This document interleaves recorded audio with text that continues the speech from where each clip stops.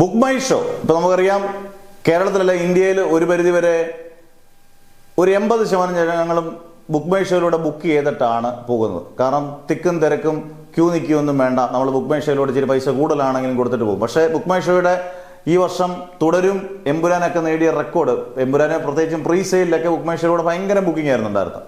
അതിനുശേഷം കുറഞ്ഞുവെങ്കിലും തുടരും കൺസിസ്റ്റൻ്റ് ആയിട്ട് നന്നായിട്ട് പോയി. എന്തായാലും ഈ റെക്കോർഡുകളെല്ലാം പിഴുതെറിഞ്ഞു ലോക. ഇന്നലെ കൊണ്ട് ബുക്ക് മൈ ഷോയിൽ നമ്പർ 1 മലയാള സിനിമയായിട്ട് മാറിയിട്ടുണ്ട് ലോക. ഇനിയും ഓരോ ദിവസം കഴിയും തോറും റെക്കോർഡുകൾ, ബുക്ക് മൈ ഷോയിലെ റെക്കോർഡുകൾ ഓരോന്ന് മാറുകയാണ്. ഇനിയും ഏറ്റവും കൂടുതൽ ബെഞ്ച് മാർക്ക് നേടാൻ ഒരുങ്ങിയിരിക്കുകയാണ് ബുക്ക് മൈ ഷോയിൽ. എന്തായാലും ഇത് കൺസിസ്റ്റൻ്റ് ആയിട്ട് പോകുന്നിടത്തോളം കാലം ഇനിയൊരു റെക്കോർഡ് തകർക്കാൻ നല്ല ബുദ്ധിമുട്ടായിരിക്കും. ലോകയുടെ പ്രത്യേകിച്ചും ബുക്ക് മൈ ഷോയുടെ റെക്കോർഡ് തകർക്കാൻ നല്ല ബുദ്ധിമുട്ടായിരിക്കും. അല്ലെങ്കിൽ ഇതിനേക്കാട്ടിൽ യൂണിവേഴ്സൽ കൺസെപ്റ്റുള്ള ഒരു സിനിമ മലയാളത്തിൽ എത്രയും പെട്ടെന്ന് തന്നെ വന്നാൽ റെക്കോർഡുകൾ മാറും.